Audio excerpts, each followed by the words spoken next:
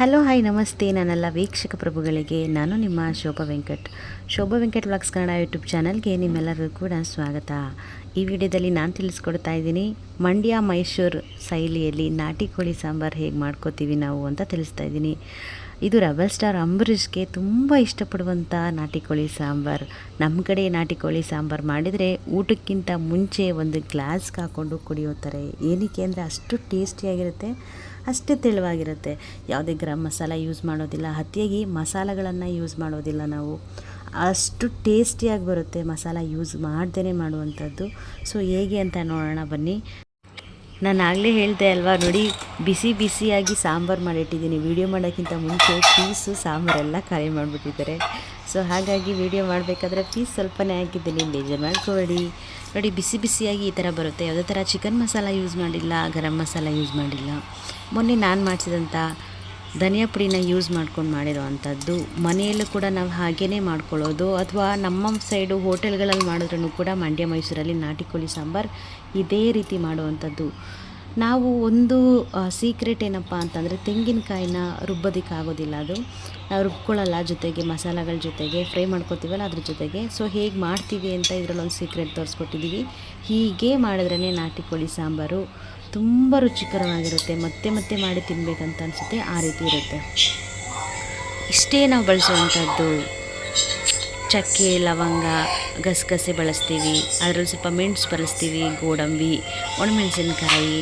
ಇದು ಧನಿಯಾ powder, link ಹಾಕಿರ್ತೀನಿ. ಧನಿಯಾ powder ಮಾಡಿರುವಂಥದ್ದು, ಮನೆಯಲ್ಲೇ ಮಾಡ್ಕೊಂಡಿರುವಂಥದ್ದು. ಒಂದೇ ಟೊಮೆಟೊ, ಜಾಸ್ತಿ ಟೊಮೆಟೊ ಹಾಕಿದ್ರೆ ಚೆನ್ನಾಗಿರೋದಿಲ್ಲ ನಾಟಿ ಕೋಳಿ ಸಾಂಬಾರು. ಶುಂಠಿ, ಬೆಳ್ಳುಳ್ಳಿ, ಕಡಲೆ, ಕೊತ್ತಂಬರಿ ಸೊಪ್ಪು, ಸ್ವಲ್ಪ ಒಂದು ಈರುಳ್ಳಿ, ಒಣಮೆಣಸಿನ್ಕಾಯಿ, ಇಷ್ಟೇ ಪದಾರ್ಥವನ್ನು ಬಳಸಿ ಮಾಡ್ತೀವಿ. ಇದನ್ನು ಲೈಟಾಗಿ ಸ್ವಲ್ಪ ಫ್ರೈ ಮಾಡ್ಕೊಂಬಿಡೋಣ. ಲೈಟಾಗಿ ಸ್ವಲ್ಪ ಎಣ್ಣೆ, 1-2 ಸ್ಪೂನ್ ಎಣ್ಣೆ ಹಾಕ್ಕೊಬೇಕು. ನಾವು ತೋರಿಸಿದಂಥ ಮಸಾಲೆಗಳನ್ನ ಎಲ್ಲನೂ ಒಂದೇ ಸರಿ ಹಾಕ್ಕೊಂಡ್ರೂ ಏನೂ ತೊಂದರೆ ಇಲ್ಲ. ತಳ ಹಿಡಿದೇ ಇರೋ ರೀತಿ ನೀಟಾಗಿ ಫ್ರೈ ಮಾಡ್ಕೊಬೇಕಷ್ಟೇ. ಮೇಯ್ನಾಗಿ ನಾಟಿ ಕೋಳಿ ಸಾಂಬಾರಲ್ಲಿ ರುಚಿ ಬರೋದು ಈ ಮಸಾಲದಲ್ಲಿ. ಈ ಮಸಾಲಾನ ನಾವು ಹೇಗೆ ಹುರ್ಕೋತೀವಿ, ಅದೇನಾದರೂ ತಳ ಹಿಡಿತು ಅಂತಂದರೆ ಆ ಟೇಸ್ಟ್ ಹೋಯಿತು ಅಂತಲೇ ಅರ್ಥ. ಸೊ ಹಂಗಾಗಿ ತಳ ಹಿಡಿದೇ ಇರೋ ರೀತಿ ಕಮ್ಮಿ ಉರಿಯಲ್ಲಿ, ಲೋ ಫ್ಲೇಮಲ್ಲಿ ಹುರ್ಕೊಬೇಕು. ಮೇಯ್ನಾಗಿ ಒಂದೊಂದೇ ಮಸಾಲ ಪದಾರ್ಥಗಳನ್ನು ಹಾಕೋತಾ ಇರಬೇಕು. ಇಷ್ಟು ಫ್ರೈ ಮಾಡ್ಕೊಂಡಾದಮೇಲೆ ಆಗಲೇ ಒಂದು ಬೌಲಲ್ಲಿ ಇಟ್ಕೊಂಡಿದ್ನಲ್ಲ ಗಸಗಸೆ, ಮೆಣಸು, ಚಕ್ಕೆ, ಲವಂಗ, ಇದನ್ನು ಈ ಸ್ಟೇಜಲ್ಲಿ ಹಾಕ್ಕೋಬೇಕು. ಟೇಸ್ಟ್ ಬರುತ್ತೆ. ಇದು ಮೊದಲನೇ ಹಾಕಿ ಏನಾದರೂ ಸೀದೋಗ್ಬಿಡ್ತು ಅಂತಂದರೆ, ಅಂದರೆ ತಳ ಹಿಡಿತು ಅಂತಂದರೆ ನಾಟಿ ಕೋಳಿ ಸಾಂಬಾರು ಟೇಸ್ಟ್ ಹೋಗ್ಬಿಡುತ್ತೆ. ಸೊ ಹಾಗಾಗಿ ಲಾಸ್ಟಲ್ಲಿ ಹಾಕ್ಸ್ಕೋಬೇಕು. ಸ್ಟವ್ ಆಫ್ ಮಾಡ್ಕೊಂಬಿಟ್ಟು ಸ್ವಲ್ಪ ಅರಿಶಿನ ಹಾಕ್ಕೊಬೇಕು. ಅರಿಶಿನ ಹಾಕ್ಕೊಂಡಾದ್ಮೇಲೆ ಅದನ್ನು ಸ್ವಲ್ಪ ಬಾಡಿಸ್ಕೊಂಡ್ಮೇಲೆ ಆ ಹಬೆಯಲ್ಲೇ ಅದು ಬೇಯುತ್ತೆ. ಲಾಸ್ಟಲ್ಲಿ ಕಡಲೆ ಹಾಕ್ಕೋಬೇಕು. ತೆಂಗಿನ ತುರಿನ ನಾವು ಹಾಕೋತಾ ಇಲ್ಲ ಇದರಲ್ಲಿ. ಅದನ್ನು ಸಪ್ರೇಟು ತೆಂಗಿನ ತುರಿನ ಹಾಲು ಮಾಡಿಕೊಂಡು ಎತ್ತಿಟ್ಕೋಬೇಕು. ನಾಟಿ ಕೋಳಿ ಸಾಂಬಾರಿಗೆ ಸೀಕ್ರೆಟ್ ಏನಪ್ಪ ಅಂತಂದರೆ ತೆಂಗಿನ ತುರಿ ಹಾಕೋದೇ ರುಬ್ಕೋವಂಥ ಮಸಾಲ. ಈ ಮಸಾಲಾನ ಸ್ವಲ್ಪ ಕೂಲ್ ಆಗಾಗ ಬಿಟ್ಬಿಡೋಣ. ಸ್ವಲ್ಪ ಕೂಲ್ ಆದಮೇಲೆ ಅದನ್ನು ರುಬ್ಕೊಳ್ಳೋಣ. ಇವಾಗ ಒಂದು ಕುಕ್ಕರಲ್ಲಿ ಮಾಡ್ತಿರೋ ಕಾರಣ ಕುಕ್ಕರ್ಗೆ 2-3 ಸ್ಪೂನು ಎಣ್ಣೆ ಹಾಕೋತಾ ಇದ್ದೀನಿ. ನಿಮಗೆ ಇಷ್ಟ ಯಾವ ಎಣ್ಣೆ ಬೇಕಾದ್ರೂ ಹಾಕೋಬೋದು. ಒಂದು ದಪ್ಪ ಆಗಿರುವಂಥ ಈರುಳ್ಳಿನ ಕಟ್ ಮಾಡಿ ಹಾಕೋತಾ ಇದ್ದೀನಿ.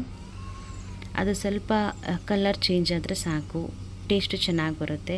ನಾಟಿ ಕೋಳಿನ ಚೆನ್ನಾಗಿ ಕ್ಲೀನ್ ಮಾಡಿ ತೊಳೆದು ನೀರೆಲ್ಲ ಬಸ್ದು ಇಟ್ಕೊಂಡಿರೋ ಅಂಥದ್ದನ್ನ ಹಾಕೋತಾ ಇದ್ದೀನಿ.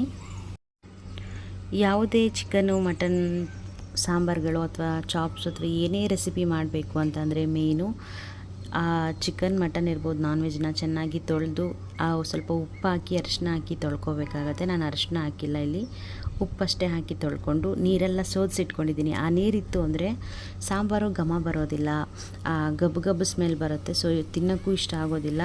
ಮೇಯ್ನು ನಾಟಿ ಕೋಳಿ ಸಾಂಬಾರನ್ನ ನಾವು ಕುಡಿತೀವಿ ಅಂತ ಹೇಳಿದ್ವಲ್ಲ, ಕುಡಿಯೋದಕ್ಕೆ ಮೇನ್ ಇಷ್ಟ ಆಗೋದಿಲ್ಲ. ಹಾಗಾಗಿ ಚೆನ್ನಾಗಿ ನೀರನ್ನು ಸೋಸಿ ನೀಟಾಗಿ ಇಟ್ಕೊಂಡಿರಬೇಕು. ಆವಾಗಲೇ ನಾಟಿ ಕೋಳಿ ಸಾಂಬಾರು ಟೇಸ್ಟ್ ಚೆನ್ನಾಗಿ ಬರೋದು.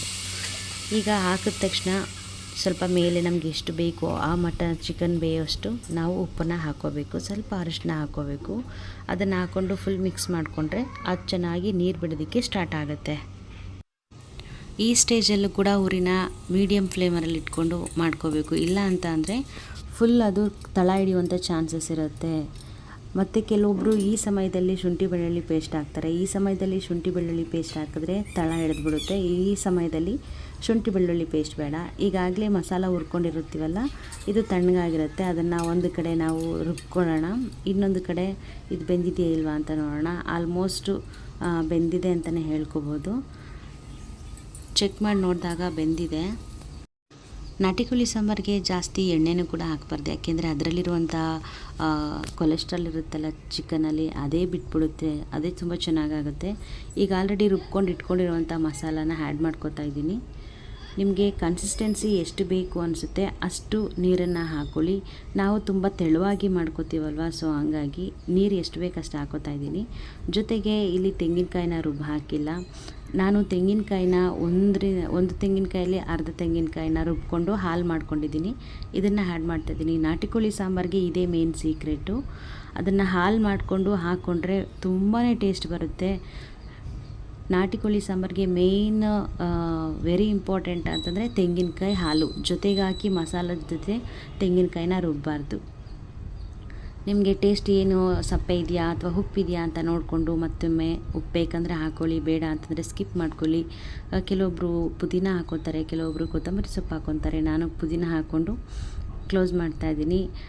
ಆಲ್ರೆಡಿ ತುಂಬ ಬೆಂದುಬಿಟ್ಟಿದೆ. ಈಗ ಒಂದು 2 ವಿಜಿಲ್ ಹಾಕ್ಸ್ಕೊಂಡ್ರೆ ಸಾಕು, ಇನ್ನೂ ನೀಟಾಗಿ ಬೇಯುತ್ತೆ.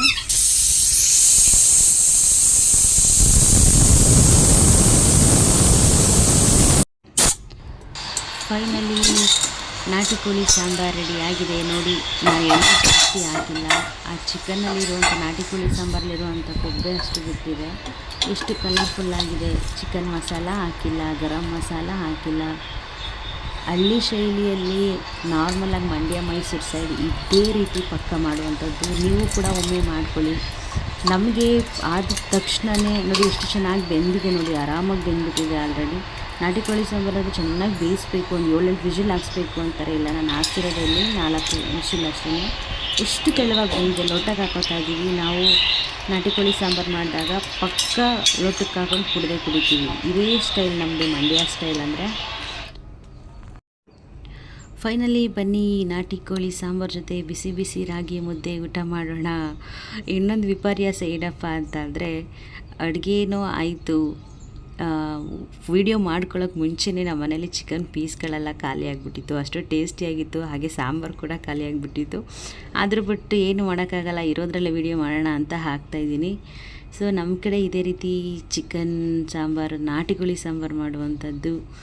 ಹೇಗಿತ್ತು ಅಂತ ವಿಡಿಯೋನ ನೋಡಿ, ಅಥವಾ ನೀವು ಒಮ್ಮೆ ಮನೆಯಲ್ಲಿ ಮಾಡಿಕೊಂಡು ಟೇಸ್ಟ್ ಹೇಗಿತ್ತು ಅಂತ ಕಮೆಂಟ್ ಮಾಡೋದನ್ನು ಮರಿಬೇಡಿ. ಹಾಗೆ ಸಬ್ಸ್ಕ್ರೈಬ್ ಮಾಡದೆ ತುಂಬ ಜನ ವಿಡಿಯೋ ನೋಡ್ತಾಯಿದ್ದಾರೆ, ದಯವಿಟ್ಟು ಸಬ್ಸ್ಕ್ರೈಬ್ ಮಾಡ್ಕೊಳ್ಳಿ, ಬೆಲ್ ಬಟನ್ ಪ್ರೆಸ್ ಮಾಡಿ. ಹಾಗೆ ನಿಮ್ಮ ಫ್ರೆಂಡ್ಸು ಫ್ಯಾಮಿಲಿಗೆ ಶೇರ್ ಮಾಡಿ, ನನಗೆ ಸಪೋರ್ಟ್ ಮಾಡಿ ಅಂತ ಕೇಳ್ತಾ, ಇನ್ನೊಂದು ಸೂಪರಾಗಿರುವಂಥ ರೆಸಿಪಿ ಅಥವಾ ವಿಡಿಯೋ ಜೊತೆ ನಾನು ಸಿಗ್ತೀನಿ. ನಾನು ಇನ್ನೂ ಹೋಗಿ ಬರ್ತೀನಿ. ಬಾಯ್ ಬಾಯ್, ಟೇಕ್ ಕೇರ್. ಯಾರೆಲ್ಲ ಪೂರ್ತಿ ವಿಡಿಯೋ ನೋಡಿದ್ದೀರಾ ಎಲ್ಲರಿಗೂ ಕೂಡ ಧನ್ಯವಾದಗಳನ್ನ ಹೇಳ್ತಾ ನಾನಿನ್ನು ಹೋಗಿ ಬರ್ತೀನಿ.